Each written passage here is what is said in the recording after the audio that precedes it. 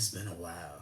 Good morning, good afternoon, good evening, whenever you guys are gonna watch and listen to this. It's Monday, which means one thing. Welcome back to another episode of Monday Evening Quarterback. I know it's been a while. I'll gladly explain my absence for the last 2 weeks. But welcome if you've been following along from the get go. Welcome back. Um, Thank you always for your continued support. And if this is your first time tuning in to Monday Evening Quarterback, welcome. My name is Christian Simpson. I am the creator, the founder, and the NFL slash college football analyst of a company called The Daily Blitz, where we specialize in all things football 24/7, 365, and we have a jam packed show for you. But the reason why I haven't been on is because I did move. I relocated from Illinois back to the East Coast, back in the New Jersey, New York area. It feels good to be home. Illinois did become a big part of my life, but those friendships and those relationships that I built will forever be a part of me. Nothing's really changed. I've heard from so many people since I relocated back out here, and the love has gotten stronger. But man, we have a lot to talk about. College football. This is Statement November, as I like to call it. First set of playoff rankings did come out last week, and they're probably going to be shuffled again this week because a lot took place in week 10 of college football. Week 9 of the NFL, a lot took place there as well. I'll give a preview of Monday Night Football. I'm going to answer some of your questions. I'll promote how you can keep up with me, and then I'm going to end the show. So let's dive right into it. Week 10 college football, what was supposed to be the game of the week, ended up being a one-sided showdown. Tennessee Volunteers ranked number one in the first set of college football playoff rankings against the defending national champion, the Georgia Bulldogs, who came in ranked number three in the college football power rankings. And, looking at this matchup, I remember saying neither team has seen what the other is able to do. So Georgia hadn't seen an offense this prolific since Alabama last year in the SEC title game. And Tennessee haven't seen a defense this strong all year long. In this Tennessee team, I've been really high on them. They've been automatic offensively, kind of like that video game offense that we always talk about. That offense that can score and just strike at any given moment, and that's exactly what it's been with them. Yeah, Hendon Hooker, legit Heisman candidate. They have the best wide receiver in the SEC in Jalen Hyatt. I feel, who I think is going to be a steal for any team going after him in the NFL. And you got to consider Josh Heupel a Coach of the Year candidate. And it's no surprise that he has Tennessee where they are offensively, because he did the same thing when he was with UCF, Central Florida. That is. It was definitely a one-sided affair. Georgia got up and they were ready for this one. I think if this game were in Knoxville, Tennessee may have had a better chance, but it's tough to go get a win in Athens. Georgia did win this game 27-13, and I remember saying in my preview, the key to this game for Tennessee was to make it a shootout. Get up and down the field quickly, use your know-how-to, control the tempo, and put the tempo of the game in your favor, which is run and gun. For Georgia, they had to ugly the game up, and that's exactly what happened. But, I remember somebody asking me yesterday morning, okay, well, what exactly went wrong for Tennessee? Besides them getting punched in the mouth, they didn't adjust. I just see a group that had trouble doing anything. Couldn't run the ball. Georgia's one of the best at stopping the run, and I was really curious to see how this Georgia team was going to be without Nolan Carter. That is, no, Nolan Smith. There we go. He's Georgia's best defensive player, probably the heart and soul of that unit, and just couldn't get healthy for this game. I know he's been dealing with that shoulder injury. then you look at, Jalen Carter. He was my X factor for Georgia coming into the game, and just he imposed as well from the interior of that defensive line. And Georgia, they made the game ugly, which I said what was a major key for them. Make the game ugly, and don't look back. Don't try and get into a shootout because that's not your style. And Georgia did it. Dominated the line of scrimmage on both sides of the ball. Tennessee just couldn't adjust. I thought that was the major problem right there. Georgia won the game 27-13. I'm going to look at some numbers here from the game. This is a little bit of an impromptu show. Normally I prepare, but it's been a while, so just bear with me. So you look at these numbers right here. Yeah, Georgia did win, like I said, by a score of 27-13. Hendon Hooker, just a bad day at the office. 23 of 33, 195 yards passing, no touchdowns, one interception. He was sacked 6 times, so that Georgia defensive front put a lot of pressure on him. And Georgia, they came out and they pretty much played Tennessee like they played Alabama in the national championship. Rush 3, sometimes even 4. It dropped everybody back, and Tennessee could just never adjust. On the Bulldogs side, Stetson Bennett, 17 of 25, 257 yards, 2 touchdowns, no interceptions. Kenny McIntosh, 10 carries, 52 carries, no touchdowns. And then Late McConkey had one of the 2 receiving touchdowns on the day. And then this Georgia defense just proved like they are still elite. I think Georgia has a really good shot to repeat. I just have a feeling that Georgia will probably be at the top of this next set of college football rankings. I'll predict my 4 before I transition over to talking about the NFL. Some other things that happened. All right, let's talk about Ohio State because I guess you could say I'm kind of concerned about them moving forward because they haven't looked good the last 3 games. Iowa, they struggled. Struggled against Penn State in the first half before they ran away with it in the second half. And they didn't look all that great against Northwestern, but give Ohio State credit. That defense is really improved, and they've really impressed me because I look at last year's defense compared to this year's defense. If this is a game last year, they lose that game, or they lose these next 3 games, and Michigan's running away with the Big Ten East once again.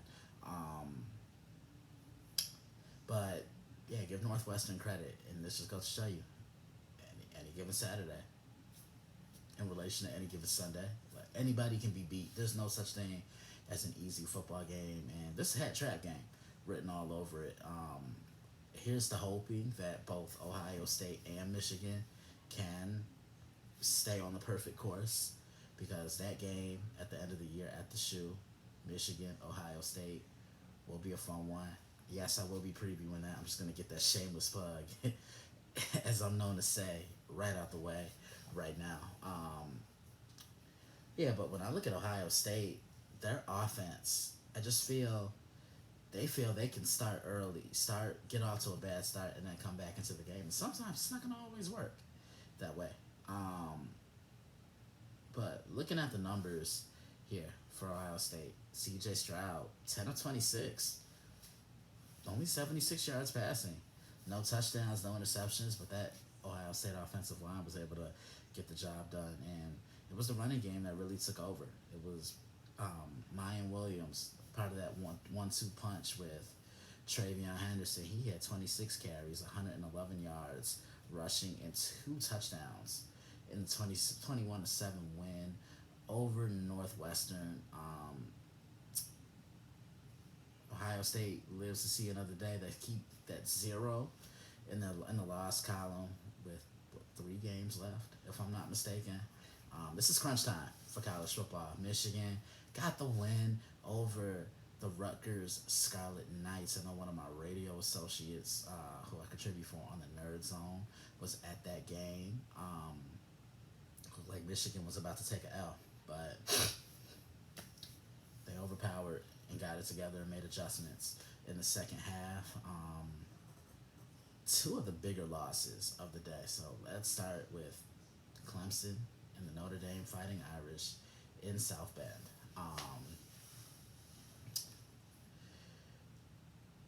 I haven't really been sold on Clemson this year.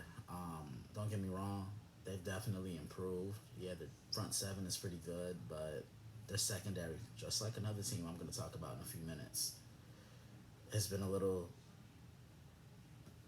up and down. Let's put it that way. um, then I look at DJ Yui Ungalale. I think I said it right that time. It's been a struggle for me to say that kid's name.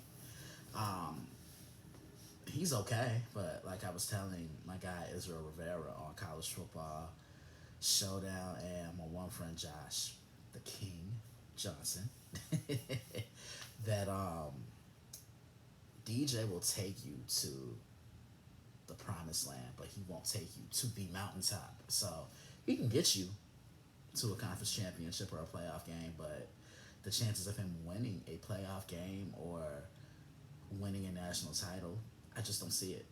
I don't trust him. And coming into this game, I don't think Clemson saw a team with the speed that Notre Dame possessed, and you saw it on display right then and there. Notre Dame got the running game going, took care of the ball. And Clemson hadn't seen a tight end like Michael Mayer all year long, and Clemson got punched in the mouth. Actually called that upset on College Football Showdown the other day, and Notre Dame won this game by a score of 35-14. I'm looking at these numbers here. DJ was 27-39, 191 yards passing, one touchdown, one interception, sacked 4 times. Will Shipley was kept in check, and that was the key for Notre Dame. Bottle up the run and make DJ beat you, and he couldn't do it. Then Notre Dame on the other side, they just kind of needed Drew Pine to control things, and that's exactly what he did. He threw that one touchdown pass, but Diggs led the game for Notre Dame in rushing with 114 yards, so they really controlled the clock, kept that Clemson offense on the sideline, and ran the ball down Clemson's throat to the point where they could never recover. Clemson came in the first set of college football playoff rankings at number 4. So in case you missed the first set of CFP rankings, it was Tennessee at 1, Ohio State at 2, Georgia at 3, Clemson at 4. There's definitely going to be a shakeup. And the other big loss that happened, Alabama, they will not be seeing the college football playoff this year. Ended up losing to Brian Kelly and the LSU Tigers by a score of 32-31, and it's tough to go get a win in Death Valley at night. LSU always plays Alabama tough, and that was the case here. Like, this Alabama team this year just really didn't scare me. Usually they have receivers that can stretch the field vertically. They have weapons galore that can just impact the game. Bryce Young's been good, but it's been this defense, secondary especially, that's been a letdown for the Crimson Tide this year. Alabama just couldn't get out their own way here, and the game ended up going into overtime. Just played too loosely, and it ended up costing them. And I always said Alabama has a tough time stopping mobile quarterbacks, and Jaden Daniels, 18 carries, 95 yards, led the team in rushing. Accounted for 3 touchdowns. He threw 2 and then ran for 1. Alabama's defense just couldn't get the job done. Keyshawn Boot, 7 receptions, 51 yards, no touchdowns. And looking at the Alabama side of things, Bryce Young, he was 25 of 51, 328 yards passing, 1 touchdown, 1 interception. And LSU did a pretty good job of bottling up Jahmyr Gibbs. He's been the best weapon on the field for the Crimson Tide this year. Alabama has those 2 losses, and yeah, they're going to definitely play in a New Year's Six Bowl. Winning the division may be slim. LSU right now was in first place in the SEC West because they have one less conference loss than Alabama. Remember, Alabama lost to Tennessee a couple weeks ago, and they lost to LSU just recently. But let me predict my next set of college football playoff rankings. What I think it's going to be. I think it's going to be Ohio State at 4. They have to move down because if the committee is using the eye test, you have to look at performances and you have to evaluate everything across the board. And Ohio State just didn't look good the other day, so they'll be at 4. Say TCU at 3. TCU was the best team in the Big 12 this year, bar none. Really like what Sonny Dykes has done with that program. Um, I look at Max Duggan, Quinton Johnston, Kendre Miller. Really gives them a formidable big 3 for that offense. They play good defense as well. 2, I said the Michigan Wolverines, and then 1, the Georgia Bulldogs. How could you not put Georgia at number 1? And then 5 and 6, I'll say 5 is Oregon. 5 is Tennessee, and 6 is the Oregon Ducks. I think those are the 2 best one-loss teams in college football. And then I'm going to give away a game ball right now.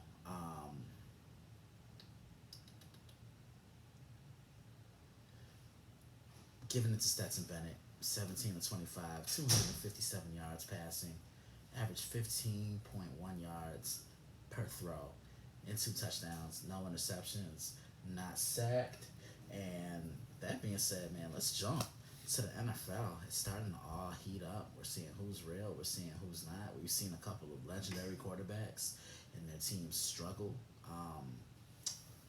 But let's get the obvious out the way. The Philadelphia Eagles, they're undefeated. They're 8-0 for the first time in franchise history. Like, this team is just, man, this team wows me and this team amazes me. I saw somebody on social media say that this is this year's version of the 2020 Pittsburgh Steelers, and with all due respect, I respectfully disagree because that Steelers team wasn't as complete as what you're seeing from the Eagles. And the thing I like about Philly is they run the ball. We knew they could do that. That was their bread and butter.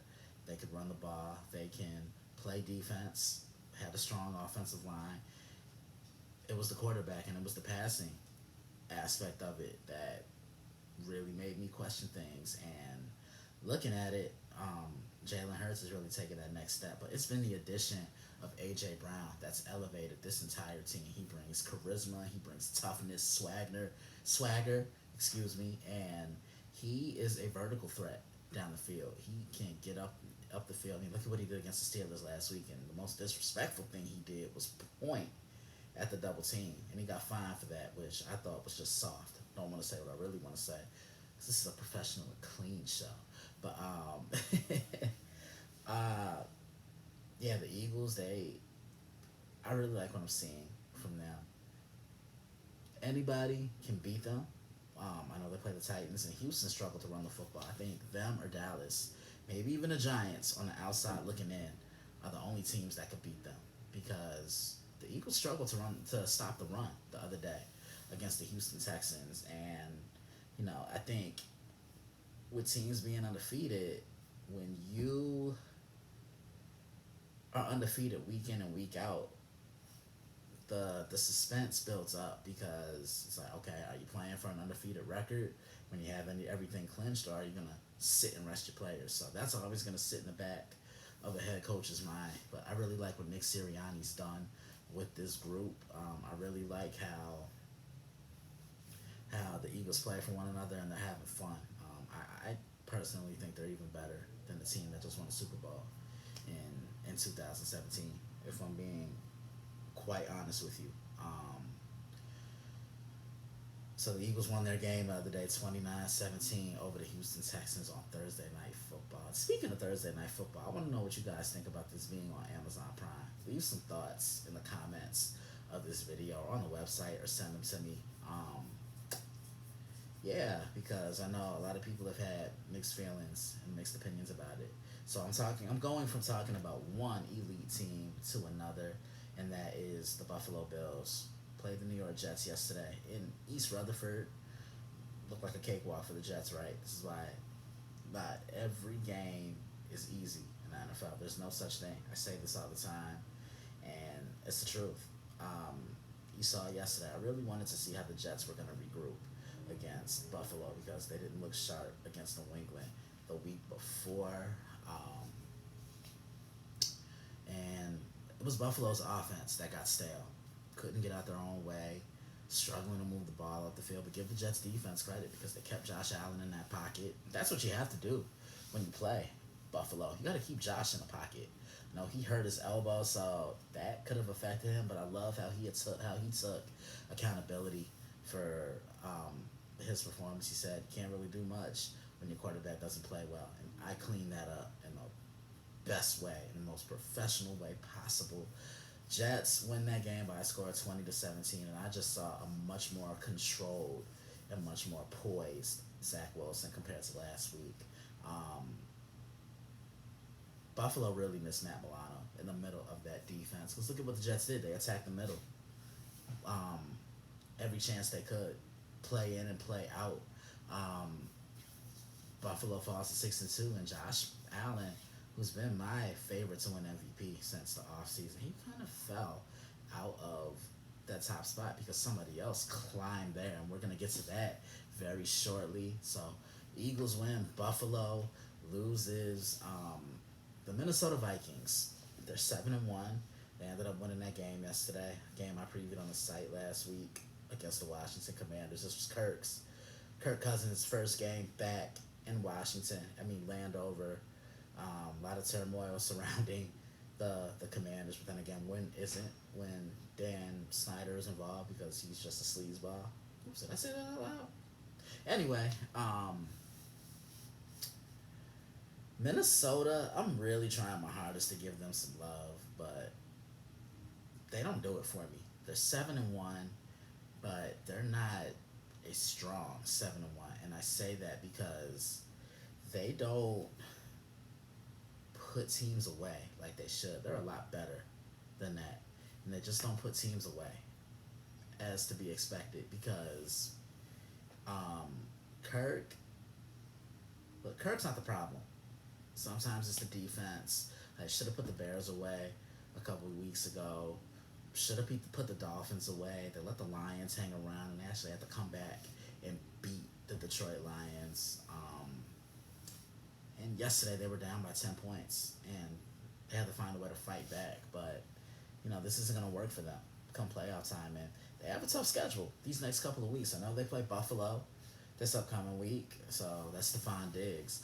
First game against the Minnesota Vikings since leaving Minnesota, since being traded. They play. I know they play Dallas in a couple weeks, and then they play Minnesota on Thanksgiving night. So we're gonna see who this team is these next couple of weeks, but they're running away with the NFC North because another team that we're gonna talk about just continues to struggle and really prove everyone wrong. The Green Bay Packers. I gave my take on them on the site, so I'm not going to elaborate too much, but they're done. Aaron Rodgers isn't rallying the troops. He's not a leader. Like, you can pay somebody to throw the ball and make all those athletic plays, but you can't pay someone to be a leader, and Aaron has never been that. You don't see him rallying the troops. He's doing pretty much what Kyler Murray was doing, what I call Kyler on about. So now I'm calling Aaron out. Aaron goes to the sideline. He sulks. His body language tells me all I need to know. The Packers have lost 5 straight. Their last win came against the New England Patriots in Week 4. And they lost again yesterday to the Detroit Lions and couldn't get anything going. Couldn't get anything going at all. The Packers just really they don't have it. They're not building the offense around Aaron Jones. Who almost got my Aaron's confused. And not building the offense around Aaron Jones like I called for them to do. And their defense really misses Zadarius Smith. Gritty win for the Detroit Lions. 15-9. Aaron Rodgers throwing careless passes in the red zone. It's just un-Aaron-like. I think he's thrown the season. I think he's throwing the towel in on the season. He got his money. I really don't think he cares moving forward. From one struggling quarterback to another who struggled this year, Tom Brady. The Rams learned their lesson yesterday. Don't give Tom Brady time to throw the ball. When you want to beat him, you got to end it right then and there because the Rams gave him too much time, and the Rams play down too much. You just never know what you're going to get. They've been down this year too, defending champs. Been a lot of parity in this league. Tampa, I think they saved their season yesterday with that win, 16-13. Brady threw the ball 58 times. Don't like it, but they had to do it because Tampa can't get that running game going right now. And their defense, there's a lot of pressure on their defense to get stops and get takeaways because that offensive line's been bad, and Tampa can't run the football. Their offensive line isn't that strong this year, especially in the interior. You lost Marpet, you lost Alex Kappa, and you're missing another piece. Brian Jensen, you're missing him in the middle. And I mean, it's tough losing players and having to regroup. And Tom just hasn't looked locked in. I know he's had a lot to deal with on the field this year, off the field this year with the divorce and everything. But I ain't getting into all that. I want to talk about the Bears. The Bears continue to climb the ladder. I like what they did against New England, and they won that game. I like what they did in Dallas, scoring 29, and they scored 32 yesterday. They're finally coaching Justin Fields to his strengths. I do feel the Bears got hosed in that game because that was pass interference when Chase Claypool was trying to make a play on the ball. Like, you can't tug at him and pull him and do this and do that when he can't even make a play on a ball and you don't call it. Be transparent, refs. Like, the refs can't be the outcome, the determining outcome of every game, every single week, and that just always seems to be the case every single year. The Bears did lose that game. They fought hard, but they fell short, 35-32. Justin Fields, what a day at the office now. Y'all know how I feel about quarterbacks being the leading rusher for your team, but Miami couldn't stop the running game, but they couldn't stop Justin Fields. And he got what he had. He got what he could take. Rushed for 178 yards on the ground. So, look, for most Bears fans that say they don't have a quarterback, look no further than what Justin did yesterday. Just put more weapons around him, and they're going to put him in a perfect spot to succeed. One of the games of the weekend, the Sunday night game, one of the best Sunday night games I've seen in quite some time. Tennessee Titans, Kansas City Chiefs, another one I previewed on the site last week. Derrick Henry, Patrick Mahomes, two of the best players, excuse me, in the National Football League. And, man, it looked like Tennessee was establishing themselves early on because they were running the football. Malik Willis was running the RPO. Malik did start this game because Ryan Tannehill was out with a ankle injury. Maybe he'll be back soon. Tennessee's won their last 5 games starting 0-2. And Derrick Henry is really starting to get it going. And if you know anything about Mike Vrabel, he played in New England. Who's New England's head coach? Bill Belichick. If you know anything about Bill Belichick, what's he known for as a head coach? Taking away what it is you do best as a football team. And you're seeing that in Tennessee. They doubled Kelsey, and that defensive line was really active, getting after Patrick Mahomes. But believe it or not, as well as Tennessee was playing, Kansas City was still in the game. Yeah, Tennessee couldn't put this game away. And when you have Kansas City down, you got to keep them down. You cannot let them hang around. And that's exactly what the Titans did. Patrick Mahomes threw the ball 68 times, so I'm not happy about that. Yeah, but the Chiefs did come back to win by a score of 20-17 in overtime. I like what I saw from Kansas City's defense in the second half. They bottled up the run. But Tennessee didn't even bother to feed Derrick Henry the ball. And in crucial situations of the game, Derrick Henry's on the sideline. Well, why would you not have your best offensive weapon, your best player, on the field? I don't get it. Something's got to give. Something, I like. I don't know. I guess that's probably why I'm not a coach. I'm not, but I'm gonna give away a game ball right now in the NFL, and I'm giving it to Joe Mixon. Joe Mixon, what a day at the office for the Cincinnati Bengals. He 22 carries, 153 yards, and four touchdowns rushing. And then he caught one as well. Four receptions, 58 yards, and one touchdown. So he was just all over the line of scrimmage yesterday. Um, and a bounce back Bengals win over the Carolina Panthers. Monday Night Football tonight as I get ready to end the show. Baltimore Ravens, New Orleans Saints in the Superdome. Last time the Ravens were in the Superdome, they won this thing called the Super Bowl. It was Ray Lewis's final game. Ed Reed was still playing with the Baltimore Ravens, and they had beat the San Francisco 49ers. Sorry, Niners fans.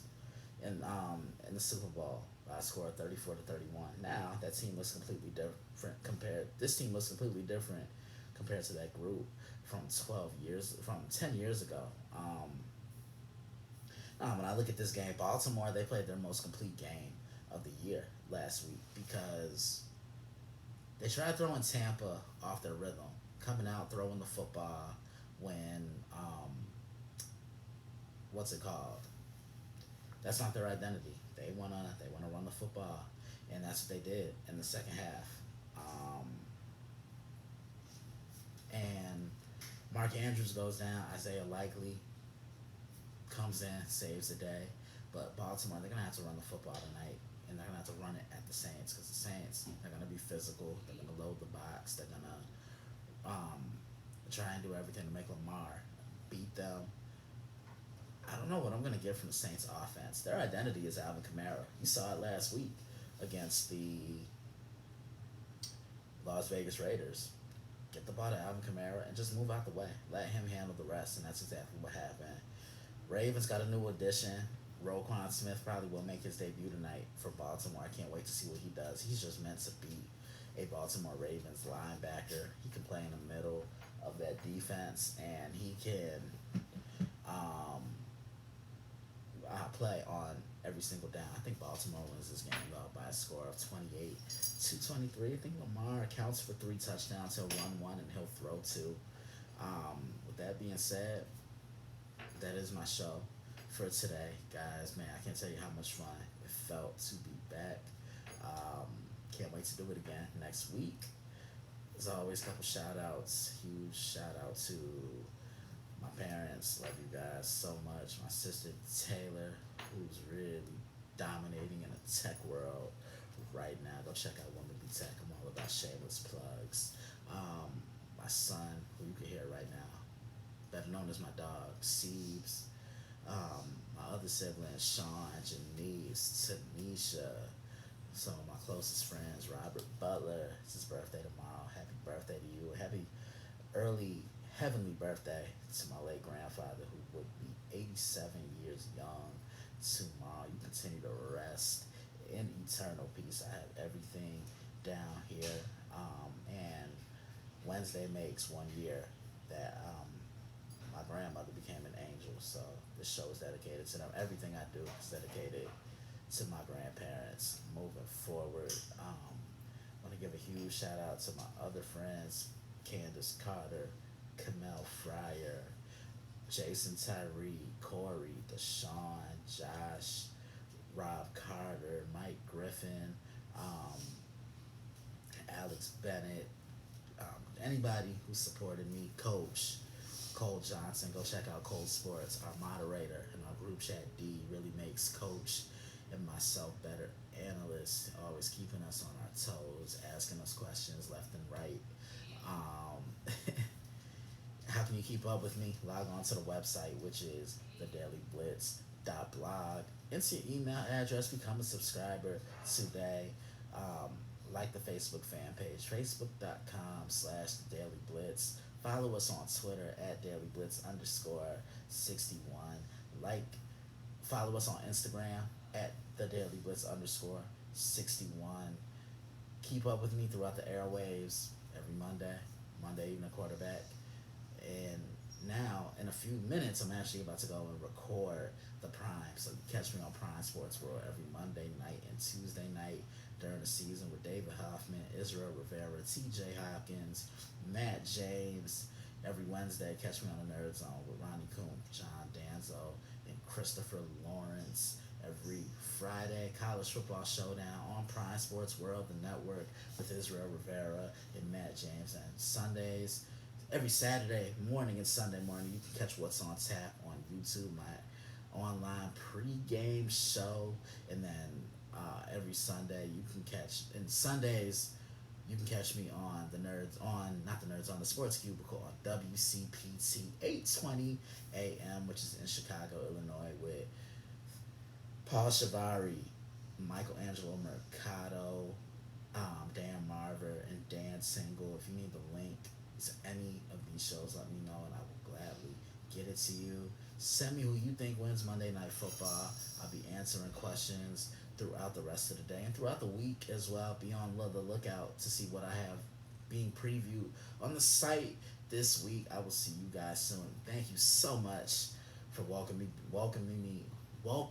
me back. I will see you next week, God willing.